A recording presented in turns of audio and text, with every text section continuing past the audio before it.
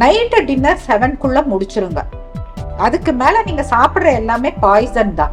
நோய் வந்து பாக்குறது தான் மருத்துவம்ங்கிறது கிடையாது. நோய் வராம தடுக்கக்கூடிய காயக்கற்ப முறைகளை வந்து சொல்லி இருக்கிறது வந்து சித்த மருத்துவத்துல சொல்லப்பட்டிருக்கு. 15-20 ஆண்டுகளுக்கு முன்னாடி வந்து 11th+2 பாட புத்தகத்துல சித்த மருத்துவம் ஒரு பிரிவா இருந்தது. இப்ப அது இல்லாததுனால மக்களுக்கு வந்து அதனுடைய சிறப்பு தெரியலங்கிறத நான் நினைக்கிறேன். ஒரு பரவுதலான எண்ணம் இருக்குதுன்னா மார்க் கம்மி ஆயிட்டா சித்தா படிக்கலாம் அப்படிங்கிற ஒரு தாட் ப்ராசஸ் இருக்கு. சித்த மருத்துவம் படிக்கிறதுக்கும் வந்து நீட் தேர்வு எழுதி ஆகணும். அரசாங்கம் வந்து மெரிட்ல தான் வந்து செலக்ட் பண்ணுது. மருத்துவர் அல்லாதவர் ஒரு மருத்துவ குறிப்பை சொல்றாங்கன்னா தயவு செஞ்சு அதை வந்து நடைமுறைப்படுத்தாதீங்க. அதுல இருக்கக்கூடிய ஆபத்தை வந்து நீங்க தான் வந்து ஃபேஸ் பண்ணணும். எங்களுக்கு வந்துட்டு அந்த 3 மீல்ஸ் தாண்டி நடுவுல 2 தடவை பிரேக், அது வந்து ஸ்நாக்ஸ் டைம் முடிஞ்சு நைட்டு மிட் நைட் பிரியாணி, இதெல்லாம் சேர்த்து எனக்கு ஒரு டயட்டா. அதுக்காகத்தான் நிறைய மருத்துவமனைகள் உங்களுக்காக திறந்து வச்சிட்டு இருக்காங்க. நீங்க எப்ப வந்தாலும் 24 மணி நேரமும் நாங்க சர்வீஸ் பண்றோம்னு சொல்லிட்டு. புளி ரசம் இது பண்ணலாம், தக்காளி ரசம் எடுத்துக்கலாம், எலுமிச்சம் வேணா எடுங்க. ரசத்தை ஒரு ஃபார்ம்ல கன்சியூம் பண்ணுங்க. இட்ஸ் வந்து ஆன்டி ஆக்சிடென்ட் ரிச் ஃபுட் எதுனா ரசம் தான்ப்பா. நோய் எதிர்ப்பாற்றல அதிகப்படுத்தும். லைஃப் ஸ்டைல மாத்துங்க. ஹெல்த் உங்க கையில தான் இருக்கு. ஹெல்த் வந்து ஹாஸ்பிட்டல்ஸ்ல கிடையாது. ஹெல்த் வந்து அஞ்சரை பெட்டியில தான் இருக்கு, சமையல் அறையில தான் இருக்கு.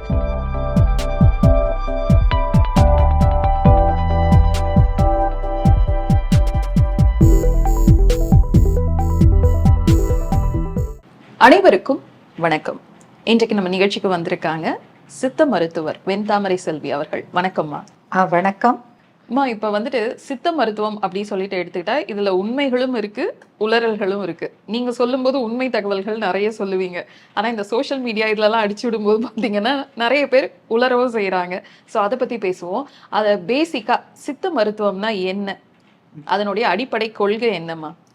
சித்த மருத்துவம்ங்கிறது அதாவது உலகிலேயே மிக பழமையான மருத்துவத்தில் ஒரு மருத்துவம் வந்து சித்த மருத்துவம். இது தமிழர்களுடைய பாரம்பரியமான மருத்துவம்.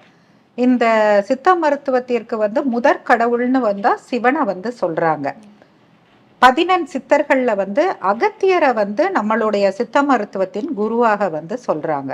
இந்த முனிவர்களும் சித்தர்களும் வந்து அவங்களோட மெய்ஞானத்தினால கண்ட உண்மைகளை எல்லாத்தையுமே வந்து ஓலைச்சுவடிகள்ல வருங்காலத்துல வரக்கூடிய மக்களுக்கு ஏற்படக்கூடிய நோய்களை வந்து கணித்து அதை ஓலைச்சுவடியில வந்து அதுக்கான பரிகாரத்தை எல்லாம் வந்து எழுதி வச்சுட்டு போனாங்க. அப்படி வந்து அந்த ஓலைச்சுவடிகள்ல வந்து எழுதப்பட்ட உண்மைகள் வந்து தலைமுறையா கடத்தப்பட்டு வந்ததுதான் இந்த சித்த மருத்துவம்.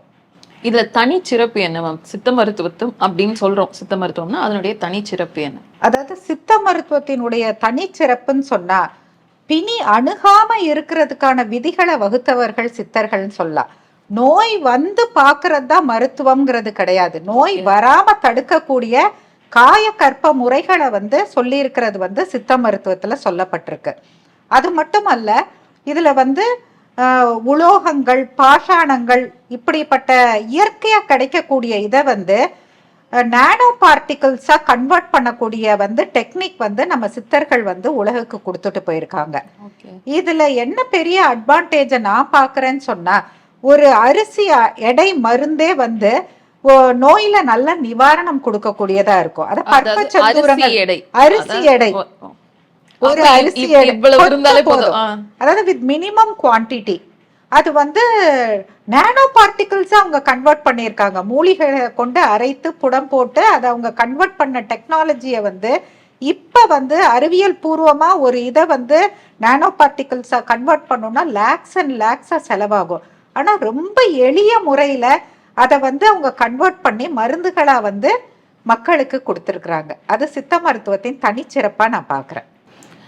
இப்ப இந்த காலத்துல சித்த மருத்துவம் மிகவும் அவசியம் அப்படின்னா எதுக்குன்னு சொல்லுவீங்க மேம்? மனிதன் உள்ளவரை நோய் வந்து தவிர்க்க முடியாத ஒன்று. அப்படி இருக்கும்போது நோய் இருக்கிற வரைக்கும் மருத்துவம்ங்கிறது முக்கியமானது. அந்த மருத்துவத்துல சித்த மருத்துவம் நமக்கு ஏன் முக்கியமானதுன்னு சொன்னா, சித்த மருத்துவம்ங்கிறது வந்து தாய்ப்பால் மாதிரி தமிழர்களை பொறுத்த வரைக்கும், இந்தியர்களை பொறுத்த வரைக்கும் எப்படி வந்து ஒரு குழந்தை பிறந்ததுன்னா முதல்ல கொடுக்கக்கூடியது வந்து எவ்வளவு ஃபோர்டிஃபைட் இதா இருந்தா கூட தாய்ப்பாலுக்கு இணை எதுவும் கிடையாது. அதே போல அந்த மண்ணில் தோன்றிய மனிதர்களுக்கு நோயின்னு ஒரு இது வரும்போது, உடல்நிலை பாதிக்கப்படும் போது முதல்ல சிந்தித்து பார்க்க வேண்டியது அவங்களுடைய தாய் மருத்துவத்தை. அதனால இந்த மண்ணுக்கு வந்து ரொம்ப முதன்மையான ஒரு மருத்துவம் வந்து சித்த மருத்துவம்னு சொல்லுவேன். ஏன்னா நம்மளுடைய உடல் எதை ஏற்கும் அப்படிங்கிறத அறிந்து அந்த மருத்துவத்தை சித்தர்கள் கொடுத்துருக்குறாங்க. மேம் இப்ப சொல்லும்போது தாய்ப்பால் மாதிரின்னு சொல்றீங்க. ஆனா நம்ம மக்கள் வந்துட்டு ஏதாவது ஒரு பிரச்சனை, ரொம்ப அவசரம், எமர்ஜென்சினா அந்த நேரத்துக்கு ஏதோ தொட்டுக்கிறாங்க வந்து சித்தாவை. எக்ஸாம்பிள் சொல்லணும்னா இந்த கொரோனா டைம். அப்ப பாத்தீங்கன்னா, ஐயோ என்ன மெடிசன் எதுக்குமே கேட்கலையாமே அப்படி இப்படி எல்லாம் சொன்னப்போ வந்துட்டு அந்த கஷாய குடிநீர் அந்த இதெல்லாம் கொடுத்தாங்க, கபசுர குடிநீர். அப்ப எல்லாரும் வந்து விழுந்தாங்க அது மேலேயே. அது குடிக்கணும் அது குடிக்கணும். அதுக்கப்புறம் அந்த பக்கமே திரும்பவே. இத பார்க்கும்போது என்ன தோணும்? அதாவது என்னன்னா, அம்மாவை வந்து குழந்தைங்க ஃபார் கிராண்டட் தான் எடுத்துப்பாங்க. ஆனா ஆபத்தான காலத்துல யாரு அரவணைப்பா? உலகத்துல உள்ள அத்தனை பேர் விட்டா கூட தாய் தான் வந்து அரவணைப்பாங்க. அதே மாதிரிதான் நம்மளுடைய மக்களுக்கு வந்து நம்மளுடைய மருத்துவத்தின் வந்து பெருமை அருமைகளை வந்து நம்ம போய் கொண்டு சேர்க்கணும். அவங்களுக்கு தெரியலைங்கிறது உண்மை, அது ஏற்க வேண்டிய உண்மை. ஏன்னா இப்ப வந்து அலோபதி நவீன மருத்துவமா இருக்கட்டும், அதுக்கு செலவழிக்கக்கூடிய அமௌண்ட் ஜாஸ்தியா இருக்கு. இன்னொன்னு வந்து நிறைய அட்வர்டைஸ்மெண்ட்ஸ் இருக்கு. அதனால இப்போ ஒரு உதாரணத்துக்கு சொல்றேன், ஒரு +2 படிக்கக்கூடிய ஸ்டூடெண்ட் புக்ல வந்து ஒரு கேன்சர் புற்றுக்கு மருந்துனாலே ஒரு கீமோ ரேடியேஷன்ங்கிறத அவங்க படிக்கிறாங்க. அப்படி வளர்ந்து வரக்கூடிய பிள்ளைங்களுடைய மனதுல வந்து கீமோ ரேடியேஷன் தான் ட்ரீட்மெண்ட்டுங்கிறது ஃபிக்ஸ் ஆகுது. இதே இது வந்து ஒரு 15-20 ஆண்டுகளுக்கு முன்னாடி வந்து 11th +2 பாட புத்தகத்துல சித்த மருத்துவம் ஒரு பிரிவா இருந்தது. அது அப்ப வந்து குழந்தைங்க வந்து படிச்சு வரும்போதே, ஓ இந்த மருத்துவம் நம்ம மருத்துவம், இதுல இதெல்லாம் இருக்கு, நோய் வராம தடுக்கலாம் அப்படிங்கிற அறிவோட அவங்க வளர்ந்து வரும்போது அவங்க அணுகிறதுக்கு ஏதுவா இருக்கும். அதை பற்றிய உண்மைகள் வந்து அடிப்படையில இருந்தே விதைக்கப்படுது. இப்ப அது இல்லாததுனால மக்களுக்கு வந்து அதனுடைய சிறப்பு தெரியலங்கிறத நான் நினைக்கிறேன். இதே மாதிரி இப்ப நீங்க சொல்லும் போது இங்கிலீஷ் மெடிசன் வந்துட்டு கொஞ்சம் காஸ்ட்லியா இருக்கு அந்த இது சொல்றோம். ஆனா இன்னைக்கு காலகட்டத்துல சித்தான்னு சொல்லிட்டு மக்கள் தேடி போனாலுமே சித்த மருத்துவமும் கொஞ்சம் காஸ்ட்லியா இருக்க மாதிரி சொல்றாங்களே மேம், அது எப்படி மேம் பாக்குறீங்க? இல்ல, அது வந்து தவிர்க்க முடியாத ஒரு உண்மை. அந்த காலத்துல வந்து சித்த மருத்துவம்ங்கிறது வந்து ரொம்ப பாமரரும் வந்து அஃபோர்ட் பண்ணக்கூடிய மெடிசனா இருந்தது. காரணம் என்னன்னா, அப்ப மூலிகைகள் எல்லா இடத்துலயும் இருந்தது. இப்ப வந்து அந்த மூலிகைகள்லாம் வந்து காடுகள்லாம் அழிக்கப்பட்டு எல்லா இடத்துலயும் அபார்ட்மெண்ட்ஸ் அது இதுன்னு வந்து கன்ஸ்ட்ரக்ட் பண்ணியாச்சு. தள்ளி போய் தான் மூலிகை கலெக்ட் பண்ண வேண்டியது இருக்கு. இன்னொன்னு, மூலிகை வந்து ரேரா தான் நமக்கு கிடைக்குது. அப்படி இருக்கும் பொழுது ரா மெட்டீரியலுடைய விலை ஏறும்போது என் ப்ராடக்டுடைய ரேட்டும் அதிகமாக தானே இருக்கும். அதை நம்மள ஒரு பட்டு புடவையே 400 ரூபான்னு சொன்னா அது ஒரிஜினலா இருக்குமா? நீங்க சந்தேகப்படுவீங்கல்ல. காலத்தின் கட்டாயமா இப்ப நமக்கு வந்து சித்த மருத்துவம் ஆயுர்வேதமும் வந்து கொஞ்சம் அதிகமா இருக்குது. ஆனா நவீன மருத்துவத்துக்கு செலவு பண்ற அளவுக்கு இதுல வந்து இருக்காதுங்கிறது என்னுடைய கருத்து. உதாரணத்துக்கு இந்த கொரோனாலேயே நீங்க பார்த்திருப்பீங்க, கொரோனா ட்ரீட்மெண்ட்டுக்கு வந்து 7 லட்சம் 10 லட்சம் எல்லாம் ஸ்பெண்ட் பண்ணாங்கன்னு சொல்லும் போது, நமக்கு தமிழக அரசு வந்து சித்த மருத்துவ பிரிவை எல்லா மாவட்டங்கள்லயுமே வந்து திறந்து ஆயிரக்கணக்கான நோயாளிகளுக்கு வந்து சித்த மருந்துகளை மட்டுமே கொண்டு சிகிச்சை செஞ்சோம். அப்போது ஒரு நோயாளிக்கு வந்து ஒரு 300 ரூபாய் 500 ரூபாய் கூட செலவாகாது. அனைத்து செலவுமே அரசு ஏற்றுக்கொண்டது. அதை கம்பேர் பண்ணி பார்க்கும்போது ரொம்ப காஸ்ட் எஃபெக்டிவ் தான். ஸோ இங்கிலீஷ் மெடிசனை கம்பேர் பண்ணும்போது சித்தா வந்து காஸ்ட் எஃபெக்டிவ். Okay ma'am. இது சித்தான்னு சொல்லிட்டு வரும்போது அதனுடைய அந்த சிகிச்சை இதுவே வந்துட்டு உணவு மற்றும் நம்மளுடைய வாழ்க்கை முறை இது தொடர்பு படுத்தி தான் இருக்குன்னு சொல்றாங்களே மேம், அது ஏன்? ஒரு சின்ன உதாரணம் சொல்ல விரும்புறேன். இப்போ நீங்க ஒரு வந்து பென்ஸ் கார் வச்சிருக்கிறீங்க. பென்ஸ் காரை அவ்வளவு விலை போட்டு வாங்கின நீங்க வந்து அதனுடைய மெயின்டெனன்ஸை நீங்க ஒழுங்கா பார்க்கணும். அப்ப அதுக்குள்ள போடுற ஃபியூயல் ரொம்ப முக்கியம் தானே. இப்ப நான் காரை மட்டும் நான் வந்து நல்லா வாங்கிடுவேன், எந்த ஃபியூயல்னாலும் அடிப்பேன்னு சொன்னா அந்த கார் நல்லா ஓடுமா? பென்ஸா இருந்தாலும் ஓடுமா? கரெக்டா இல்லையா? அப்ப ஒரு மனிதன் வந்து வாழணும்னா அவனுக்கு வந்து முக்கியமானது என்ன? அவன் சாப்பிடுற உணவு, சுவாசிக்கிற காற்று, தண்ணி. கரெக்டா? பஞ்சபூதங்களை அடிப்படையா கொண்டுதான் சித்த மருத்துவம் அமையுது. அப்ப அந்த உணவு ஒழுங்கா இருந்தாதான், போடுற பெட்ரோல் ஒழுங்கா இருந்தா தான் வண்டி எப்படி ஒழுங்கா ஓடுமோ அது போல நம்ம சாப்பிடக்கூடிய உணவு வந்து ஒழுங்கா இருந்து அதனுடைய உடல்ல வந்து நம்ம பாதுகாக்கக்கூடிய யோகாசன பயிற்சிகள் இதெல்லாம் ஒழுங்கா பண்ணினாதான் நோய் இல்லாம நம்ம தடுக்க முடியும். இது அடிப்படை மெயின்டெனன்ஸை நம்ம ஒழுங்கா பண்ணலன்னு சொன்னா எக்ஸ்பென்ஸ் அதிகமா தான் ஆக போகுது. சோ நம்ம அந்த அடிப்படை அதை சரி பண்ணிட்டோம்னா நோயே வராதுன்றதுதான் உங்களுடைய கூற்று, அப்படித்தானே? நோய் வந்து வராமல் வாழ்வதற்கான வழிமுறைகள் சித்த மருத்துவத்தில் சொல்லப்பட்டிருக்குது. அதை 100% நம்ம கடைபிடித்தா நோய் இல்லாத ஒரு வாழ்க்கையை நம்ம வாழலாம். ஓகே. இப்ப வந்துட்டு சித்தா இது வந்து இப்ப நிறைய பேர் கொஞ்சம் கொஞ்சமா இந்த பக்கம் வரவும் செய்யறாங்க. ஒரு எமர்ஜென்சினாவது இந்த பக்கம் தலை காட்டிடுறாங்க மேம். ஆனா இன்னைக்கு இருக்க இளம் தலைமுறை அவங்களுக்கு வந்துட்டு சித்தாவை பத்தின நாலேஜ் இருக்கா மேம்? ஒரு 10%க்கு வேணா இருக்கும்ப்பா. இளம் தலைமுறைன்னு நீங்க சொல்றதை விட நடுத்தர மக்களுக்கு இதுலயே பாத்தீங்கன்னா நிறைய அதிகாரிகளுக்கு வகுப்பெடுக்கக்கூடிய வாய்ப்பு எனக்கு கிடைச்சிருக்கு. ஓகே. நம்மளுடைய தலைமை செயலகத்துல இருக்கக்கூடிய அதிகாரிகளுக்கு அங்க போய் அந்த இதுல வந்து சித்தா பத்தி வெல்னஸ் பத்தி எல்லாம் பேசும்போது ஒரு 100 பேர் இருக்கக்கூடிய அரங்குல எத்தனை பேர் வந்து சித்த மருத்துவம் எடுத்திருக்கீங்கன்னு சொன்னா ஒரு 2-3 பேர் கை தூக்குவாங்க. அப்புறம் கபசுர குடிநீர் எத்தனை குடிச்சிருக்கீங்க, இல்ல நிலவேம்பு குடிச்சிருக்கீங்கன்னா ஹால்ல உள்ள எல்லாருமே கை தூக்குறாங்க. அப்ப அந்த கபசுர குடிநீர் தேவைப்படுது, அதனுடைய அடிப்படை சித்த மருத்துவம்ங்கிறது அவங்களுக்கு தெரியல. அதனால வந்து நான் எப்படி அதை பாக்குறேன்னா, நாங்க தான் மருத்துவர்களாகிய நாங்கள் வந்து ஊடகங்கள் மூலமாகவோ இல்ல வந்து கல்லூரிக்கு சென்றோ இல்லாட்டி பள்ளிக்கு சென்றோ வந்து அவேர்னஸ் ப்ரோக்ராமை இன்னும் அதிகப்படுத்தணுங்க, படுத்தி ஆகணும். அப்பதான் இந்த தலைமுறைக்கு இந்த மருத்துவத்தினுடைய சிறப்பு தெரிய வரும். அதே மாதிரி இப்ப இருக்க எல்லாருமே எது நம்ம பேசினாலுமே சொல்றது இதை உங்களால நிரூபிக்க முடியுமா, இதுக்கு அறிவியல் பூர்வமான ஆய்வு இது இருக்கா, இப்படி எல்லாம் தான் கேக்குறாங்க. அந்த மாதிரி இருக்கும்போது சித்தாவை ஏற்றுக்கொள்ள வைக்கிறதுக்கு மக்களுக்கு கொண்டு சேர்க்க இந்த மாதிரி அறிவியல் அடிப்படையில தரவுகள்லாம் இருக்கா மேம்? நல்ல கேள்வி. இப்ப வந்து நம்மளுடைய மருத்துவத்தை வந்து உலக அங்கீகாரம் பெறணும், நல்ல நம்ம கையில ஒரு நல்ல பொருள் இருக்கு, அது உலக சந்தையில ஏற்கப்படணும்னு சொன்னா அவங்களுக்கு புரிந்த ஒரு இதுல நம்ம பேச தெரிஞ்சிருக்கணும். இந்த கேள்வி வந்து முன்னெடுக்கப்பட்டதுனால ஆயுஷ் டிபார்ட்மெண்ட்ல இருந்து சித்த மருத்துவ இதுல இளங்கலை இதுலயே BSMS 5.5 வருஷ கோர்ஸ்லயே வந்து ரிசர்ச் மெத்தடாலஜின்னு ஒரு இது பாடம் இருக்கு. அதை படித்து மாணவர்கள் வெளியில வரதுனால என்ன ஆகுதுன்னா அறிவியல் ஆராய்ச்சிக்கு அதிகமா நம்ம மருந்துகளை உட்படுத்தி அதை வந்து இன்டர்நேஷனல் ஜேர்னல்ஸ், பியர் ரிவ்யூ ஜேர்னல்ஸ்ல வந்து அது பப்ளிஷ் ஆகுது. ஓகே. சோ தட் இப்ப அதுக்கான அங்கீகாரம் வந்து கிடைக்க ஆரம்பிச்சிருச்சு. இப்ப நீங்க சொல்லும் போது 5.5 வருஷம் படிக்கிறாங்க இது மாதிரியே சொன்னீங்க. இப்போ இப்ப நாங்கெல்லாம் உங்களோட பேசுறோம், அந்த இதெல்லாம் இருக்கும்போது இந்த மருத்துவம் படிக்கிறதுக்கும் இதெல்லாம் தேவைன்றது தெரியுது.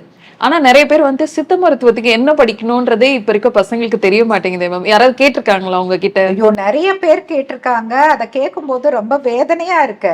ஏன்னா வந்து அவங்க என்ன மக்கள் மத்தியில ஒரு பரவுதலான எண்ணம் இருக்குதுன்னா, மார்க் கம்மி ஆயிட்டா சித்தா படிக்கலாம் அப்படிங்கிற ஒரு தாட் ப்ராசஸ் இருக்கு. சித்த மருத்துவம் படிக்கிறதுக்கும் வந்து நீட் தேர்வு எழுதி ஆகணும். அரசாங்கம் வந்து மெரிட்ல தான் வந்து செலக்ட் பண்ணுது. BSMS கோர்ஸ் 5.5 வருஷம். அது வந்து லிமிடெட் சீட்ஸ் தான், இது லிமிடெட் சீட்ஸ் தான் இருக்கு. கவர்மெண்ட் சீட்ஸ் வந்து டோட்டலி ஃப்ரீ. பிரைவேட் காலேஜஸ் இருக்கு, அதுக்கும் நீட் கிளியர் பண்ணி தான் என்டர் ஆக முடியும். UG 5.5 ஆண்டுகள் முடிச்சுட்டு அதுக்கு அடுத்து வந்து MD ஸ்பெஷலைஸ் பண்ணணும்னா திரும்பவும் உங்க எக்ஸாம் என்ட்ரன்ஸ் எழுதி 3 வருஷம் வந்து படிச்சாதான் வந்து MD சித்தா டாக்டர்னு போட முடியும். எங்களுக்கான யூனிவர்சிட்டியும் doctor Tamil Nadu MGR medical university தான். சரியா? இது வந்து கவர்மெண்ட் அப்ரூவ்டு கோர்ஸ். அது முதல்ல மக்களுக்கு தெரியணும். ஏன்னா எப்படி படிக்க என்ன ஏது அந்த நாலேஜே இல்லை உங்களுக்கு. அது இன்னும் ரீச் அவுட் பண்ணணும் பப்ளிக்கு. இணையதளங்கள்ல பார்க்கும்போது சித்தா பத்தி நிறைய தகவல்கள் வருது. அந்த மாதிரி வரும்போது அத்தனையும் நம்பகத்தன்மை கிடையாதுதான். ஆனா நீங்களும் பார்த்துருப்பீங்க, அது ரொம்ப ஐயோ இந்த மாதிரி தகவலாம் பரப்பவே கூடாது, ரொம்ப ஃபர்ஸ்ட் இதுதான் ஆனா வைரல் ஆகுதுன்ற மாதிரி நீங்க எதையோ பார்த்து ஃபீல் பண்ணியிருக்கீங்களா? அதாவது யூடியூப்ல வந்து நிறைய ரீல்ஸ் போடுறாங்க, மூலிகை பத்தி பேசுறாங்கங்கிற அளவுக்கு எனக்கு தெரியுமே தவிர ம் நான் எதையுமே தனிப்பட்ட முறையில கவனிச்சதில்ல. காரணம் நேர பற்றாக்குறை தான். ம் பட் வந்து நான் ஒண்ணு வந்து நேயர்களுக்கு சொல்ல விரும்புறேன். ம் ஒரு மூலிகையை பத்தி ஒருத்தர் பேசிட்டா உடனே அவர் சித்த மருத்துவர், ஆயுர்வேத மருத்துவர்னு நீங்க வந்து எடுத்துக்கொள்றது தவறு. ம் ஒரு மூலிகையை பத்தி ஒருத்தர் சொல்றாருன்னா அவர் என்ன படிச்சிருக்கிறாரு, அவர் மருத்துவர் தானா, அந்த அந்த அறிவு உங்களுக்கு பகுத்தாகக்கூடிய அறிவு நேயர்களுக்கு தேவை. அவங்க சொல்றத நம்ம ஏத்துக்கிடலாமா? ஒரு உதாரணத்துக்கு சொல்றேன். இப்ப கற்றாழை வந்து உடம்புக்கு நல்லது, சித்தர்கள் அதை கண்ணின்னு சொல்லியிருக்காங்க, இளமையை பாதுகாக்க உதவும் சொல்லியிருக்காங்க.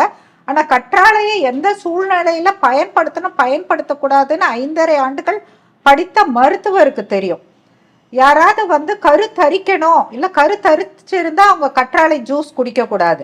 இதே இது வந்து மருத்துவர் அல்லாதவங்க எதையோ படிச்சுட்டு ஒரு விஷயத்த சொல்றாங்க, கற்றாழை உடம்புக்கு குளிர்ச்சி, மோர்ல அடிச்சு குடிங்கன்னா கண்ணை மூடிட்டு எல்லாரும் குடிக்கிறதுங்கிறது ஏற்புடையது கிடையாது. இதுல வந்து நம்ம வந்து ஊடகங்களை குறை சொல்ல முடியாது. எனக்கு தெரிஞ்சு அந்த தனி நபருக்கு பொறுப்பு இருக்கணும். தன் உடலை தான் தான் பாதுகாத்துக்கணும்.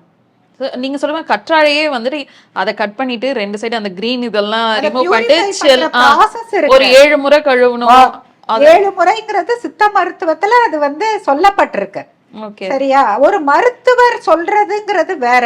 மருத்துவர் அல்லாதவர் ஒரு மருத்துவ குறிப்பை சொல்றாங்கன்னா தயவு செஞ்சு அதை வந்து நடைமுறைப்படுத்தாதீங்க. அதுல இருக்கக்கூடிய ஆபத்தை வந்து நீங்க தான் வந்து ஃபேஸ் பண்ணணும்.